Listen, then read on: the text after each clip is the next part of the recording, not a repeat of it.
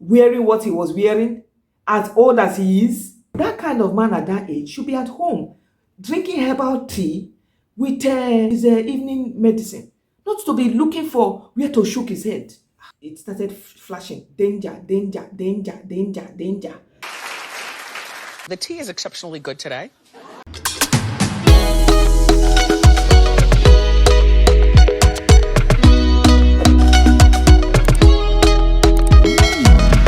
Hi guys, welcome back to my channel. I hope you guys have been doing great.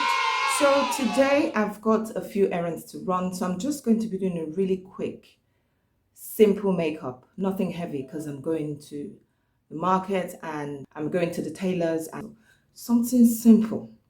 And I'm sure from the title you can see what we're going to be talking about today. This issue it's crazy, right? Because I don't think it's necessarily a Nigeria problem.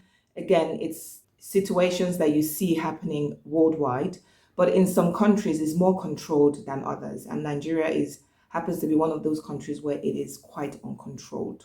So let me start. Before I tell you, I've got two experiences to share from my university days, and let me get my foundation and then we'll start the story. So I'm going to be using my favorite L'Oreal True Match foundation. So basically, I went to two unis. When I grow up, I'm going to Bovine University. I did a diploma in my first university, and then in the second university, I read and studied law. So in my first uni, there wasn't any issues like any lecturer coming to me at all. It was just basically, we used to hear a lot of gist then about lecturers just chasing some of the girls, but we just really didn't put, when you're like a bit young and it hasn't really come your way, you don't really start following the story like Linda Gage. Please, I don't have any time for any gossip now. Eh? Yes. Because it didn't happen to me, I didn't really put my eyes on it. But we used to hear rumors of girls complaining about some lecturers in our department that used to just do this to girls. Thanks. I hear there's rumors on the internets. So I'm just going to be outlining my brows with my go-to brow pencil. So it's just basically a dark brown brow pencil. Anyway, fast forward to the second uni I went to. So I've done my brows off camera and they are not looking like sisters at all. Sort this one out a little bit. So anywho, I went to the second school and it started out really well because my cousin was actually my classmate and my classmate. So she really showed me the ropes. She used to be so helpful and she used to be a little bit popular. Now, the thing is, I had come from a background of sociology. So I was now studying law. Now, the dress code was a bit of a shock for me. That's a lot of baloney, sir. Because back then, you want to wear your spoots, you want to look good, you want to wear your colors. But with this department, you had to wear black and white, which was a bit of a bummer for me. But I said, okay, no problem. If you guys want me to wear black and white, I will. And I will do it nerd style. Now, this second school, I didn't like it at all. It was out of town. It was out of the way, So whenever I would go to school, I would just braid my hair, not even braid, cornrow my hair all the way to the back. And I would just, no makeup, no earrings, no jewelry. I would just wear my black suit and put my head down and go for my lectures. So I thought I was not being noticed, but nala, bad people are everywhere. So say good night to the bad guy. So I'm just putting a bit of concealer under my brows. Guys, I can't run. I'm going to sweat off my concealer. So I've actually got a surprise for you guys. In the next couple of weeks, I will be introducing one special makeup. But I'm going to keep it a secret until then. So I want to see if any of you remember to remind me. Anyway, I'm going to be using my Rose Gold Nude collection with this natural brown. I'm just going to use that for my transition. I'm not even going to do like a smoky look today. I'm just going to keep it really light.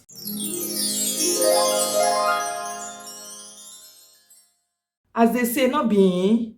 So we had this lecturer. This particular lecturer was like really strict.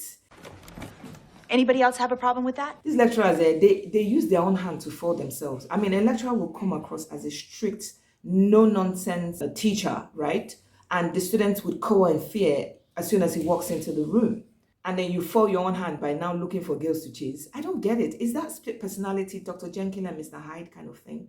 It's Mr. Dr. Professor Patrick to you. So, my class, we were about 500 students, and we used to divide the class into groups of 3 or 4. So some students will be taking a particular course, particular set of courses, while others, you know the way it is, you know. So at a time, you would have at least 100 and something students in the class. Anyway, so on this particular day, this lecturer, this strict lecturer, so there was this very difficult, strong course. You know, when he comes, everybody's like, you know, shutting up and trying to listen and take notes and whatnot. So on this particular day, I sat down in the class, you know, looking all Jew-like, as they say. And this guy kept looking, you know, when somebody's talking and the person keeps looking to the side, because I was sitting close to the door and beside the window. So he would be talking, and he would look to my side, talk, look to the side, talk, look to the side. So I started getting a little bit nervous. You know, and when he did it like 4 or 5 times, I started looking back like, is there somebody entering that this man is looking at or something? I didn't know that he was looking at me. Yes! Dirty man. That's how he now started asking my cousin, because my cousin was a bit popular in class and she would help out with collection of assignments and whatnot, you know. So he started asking my cousin, who is that you're always working with? Who is that girl you're always with? Who is that? Does this normally work for you? So she said, oh, it's my sister. You know, the man started putting pressure on her. So I'm going to be using my Elsa's liquid liner. So anyway, he started putting pressure on her. Bring me to the office, bring you to the office for what? Until it came to a head where we were now starting a new semester and I needed my course form signed. This man refused to sign my course form. You know, he kept insisting that she should bring me, I should come and everything, you know. So on this day, we were both outside the office, really scared, really nervous. I got scared. I dropped my hot pocket. Like, you know, what is this guy going to say? Because we now knew that this man wanted to cheese. And it's one of the dirtiest feelings you can ever feel, where an old man is now trying, you know, looking at you, ogling at you. You know, so it was extremely uncomfortable as we stood outside our office and were waiting to be seen by him. So it was now our turn to go into the office. We entered the office and it was really awkward because my cousin said she wasn't going to leave. She was going to stand there and, you know, we're both going to see him together. I think that was one of my saving grace. So he started off by, And I've been telling you to come to my office. Why don't you come since? Sorry, sir. So we did the whole shy girl thing. You hold your ear, you know, and you look down. So I said, Oh, sorry, sir. You know, I was doing a lot of things, blah, blah, blah, assignments. So he couldn't talk and he couldn't express himself. So it was a bit awkward. After I said, sorry, I couldn't come and see you. I had my course form with me and I was like, okay, please, can you sign it? In fact, my cousin took the course form and said, sorry, sir, this is what we've been trying to sign since. So he put his glasses on, like, what a pa. Let me put on my slightly larger glasses. Put the glasses on and looked at the course form, turned it, flipped it forward, flipped it backwards. I said, listen, the words there are not going to change themselves, bro. It's the same words. So why are you flipping it? You're a mean one, mister. Sign this thing for me, let me go.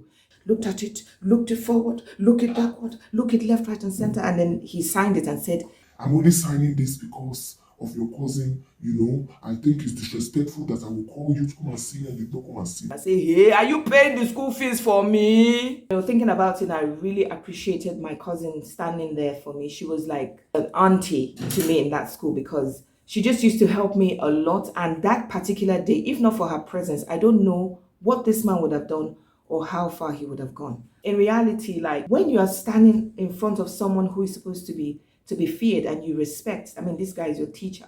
You stand there in all your vulnerability, and that's why they've actually succeeded in doing it, because not only is the fact that they will fail you if you don't agree for them, in quotes, is also the fact that they use that office as a tool of intimidation. So play nice. To these young girls, you know, and I mean, it's so sad because these men, most of them are married, right? These men leave these young girls alone. You understand? They are not fruits for you to pluck. She like apples to oranges. Bitch, that phrase don't make no sense. Why can't fruit be compared? They are people's children. And there's nothing more annoying. I mean, when you start having your kids, you get to a deeper level of understanding how people prey on other kids. What hurts is the fact that they've got their kids. They don't want anybody to put their hand on their kids. So why are you putting your hand on somebody else's child? Somebody who has struggled to gather school fees money. Not everybody can do that. You know, struggled and accepted within themselves that I'm letting this child go to get a better education. And then what you're now facing is father figures trying to put hand on you. Come on, when will this thing stop? So after I left his office that day, it was now Tom and Jerry. If I see him coming from the end of the hall, I will go through the other side. If he's in class, I will hide. Thankfully, after that session, you know, I didn't take his course. Thankfully, I wasn't failed in that course. It just fizzled out naturally.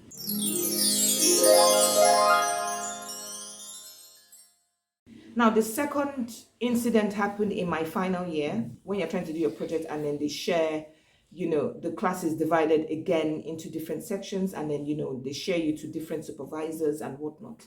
So my supervisor was this lecturer who we used to fear him, but not, he wasn't like really stern, really, you know, ogre looking. So I'm going to be putting in my mascara. I'm using the Bold Express mascara. So I'm using the Glam's eyeliner, Kajal. So this second lecturer, it wasn't like he was really mean or anything like that. He was strict, but not like crazy mean. He always used to squeeze his face. Cause you had a bad day, you take one down. You know, but he spoke a bit respectfully to the students and whatnot, you know. So we used to fear him, but not like the first guy, right? So this second man was now my supervisor. I really like this Kajal because it just basically, you know, once you put it, it stays. And it's very soft. So on some days where he's not in school and I need to check on like my chapters, he would tell me to come to his chambers, you know, which was off campus. So I would go to his chambers, you know, and when I get there, I would wait to be seen. You know, there was always like people in his office. He was quite busy and he was quite successful at his chambers as well. So, I hope you got a good lawyer. So there was always like a lot of people there and whatnot. Whenever I see him, he used to be nice and courteous. You know, sometimes he will shout or, you know, point out one or two mistakes, but he was generally quite agreeable and I really appreciated that about him. So one certain day I went to his chambers. He now says to me like, okay, where do you stay and whatnot? I already started flashing. Danger. How far do we have this? Molly, you in danger, girl. I said I stay XYZ. And he was like, okay, write your address on this piece of paper. What? Hey, see wahala. What do you want my address for? I'm writing about NDLEA and narcotics. What are you looking address for? Of course, when you are there alone, I said, okay, let me write the address. I was tempted to put fake address, but again, I was scared. I said, this man is my supervisor. And when you are in final year like that, you just want to go. You don't want anything that will smell extra here around you. You just want to go. So I, under duress, I wrote my address on the paper.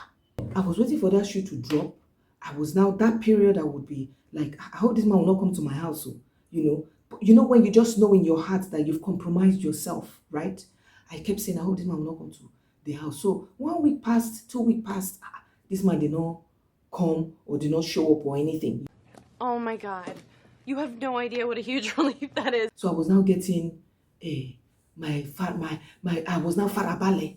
My mind was now getting that okay, maybe this guy just wanted it for, you know, admin. Not lie. So in my final year, my cousin partially moved in with me because when I got admitted to that university, I actually got admitted alongside with my very good friend from the same old university. So two of us moved from my old university together to the new one. So we were staying together.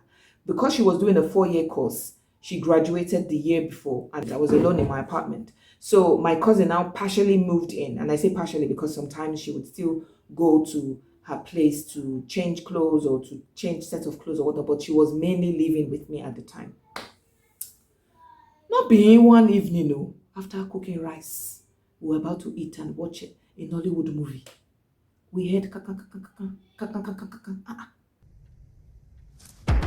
I said, is that not the gate? She said, nah, I'm not sure. Again, we continued eating. Knock, knock. Mighty PD, get down! That's how we opened the window and we peeped. Who did we see wearing one old papa's cap? My project lecturer. So I'm going to be using my lip liner from Tara. It's just basically a brown lip liner. I'm just going to use that to find my lips. We saw this old man. We saw him wearing one old papa's cap. I'd already had a bath in PJs. It was so intrusive, my word, you know. So we started, oh, sorry, sir, we're coming, sir. We started straightening the room, grabbing the keys to go and open the gate to my cousin. Thank God she was there. Hey! Hey, my God, glory! We opened the gate for him, and this man came in looking different. You know when you see your lecturers wearing black and white, some of them even come to class wearing their gowns. I mean, you always see them looking corporate in their suits. And this guy came with one papa's cap with the one jeans. You know these jeans that has Will you keep quiet? Somebody stop me! I say, hey, say me, oh. He said, Hello, I just said let me come and surprise you and see if there's any boy in this house. Boy, bye. Hey, oh God, you came to check if there's any boy. So he was like, what are you guys doing and whatnot? We said, we're just having our dinner and we're about to go to bed. He said, go to bed at this time? Let's go out. Meh, go out with you. No. Mm-mm. No. Oh, according to Queen Latifah, you must be mad. And the thing is, you have to be polite. This man has not matched my project, oh. So you have to be polite. Whatever thoughts you have, keep it to yourself. So we were like, no, sir, sorry. You know, the hand on the ear again. No, sir. We can't go. We can't go out, please, you know. We're always scared. They knock our gates. He said, I will speak to your security to open the gate for you people when we come back. Let's go out. I want to take you guys. There's a nice joint in town. I said, sorry, sir. No vex. Even though I knew I might be risking my project being compromised. There was no way I could see myself going out with that man, wearing what he was wearing, as old as he is. That kind of man at that age should be at home, drinking herbal tea with his evening medicine, not to be looking for where to shook his head. Oh my God! Oh my God! So we had to tell him that, Oga, sorry, but no thanks. You could see he was a bit ashamed of himself. So I'm going to be using my Palladio pink lip gloss. We told him, sorry, sir, we cannot go with you. And we saw him off. We walked in, we saw him off to the gate and said, bye-bye, sir. Bye, drive safely. You hear? Go and look for other girls that will follow you to the joint. You want to go and eat ishewu with who? Turn down for what? Thankfully, my project came out in flying colors. You know, I'm so grateful for that. Now, my two experiences, you can see that I was one of the fortunate few that came off of those experiences. I came away from those experiences with not compromised, with no scars other than feeling what is wrong with these old men. You know, I was one of the fortunate ones. A lot of our girls are not fortunate. You know, they actually get themselves in situations where they get these lecturers use their offices to intimidate and coerce them. It's so heartbreaking. Stop this, please. Let us stop this mindless violence. This thing has been happening for the longest of times, right? The only difference with the fact that it's been happening all this while is the fact that people are speaking up. And because of the social media age we have now, we are seeing that there is a pattern of documentation that keeps cropping up, which is causing people in higher authorities not just to take it seriously, but to take action as well.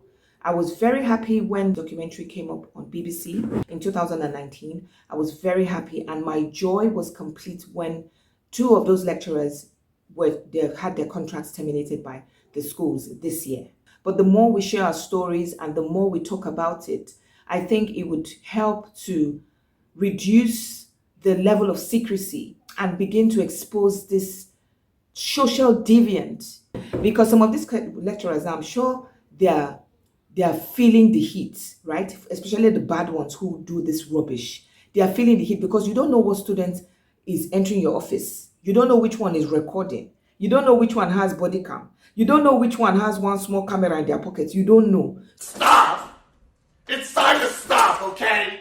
So the best thing for you to do, sir, is to just respect yourself. If you are married, go to the wife of your youth and be with her.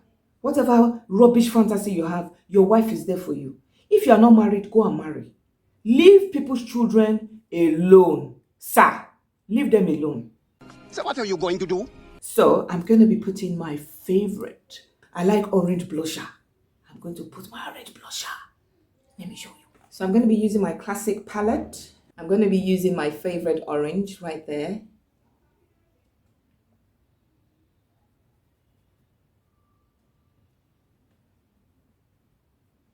So my hair is done and I'm ready to roll. So in a nutshell, my advice is for us to just be bold and continue to speak out and speak up against this madness which is in our midst. And to the lecturers, it's a big shame that you'd actually go that low to do this to somebody else's child. You just need to stop it. Stop. It's time to stop! So I hope you enjoyed the video. If you enjoyed it, please definitely consider subscribing, and please, we want you to be part of the family. So until I come your way again, it's Efe signing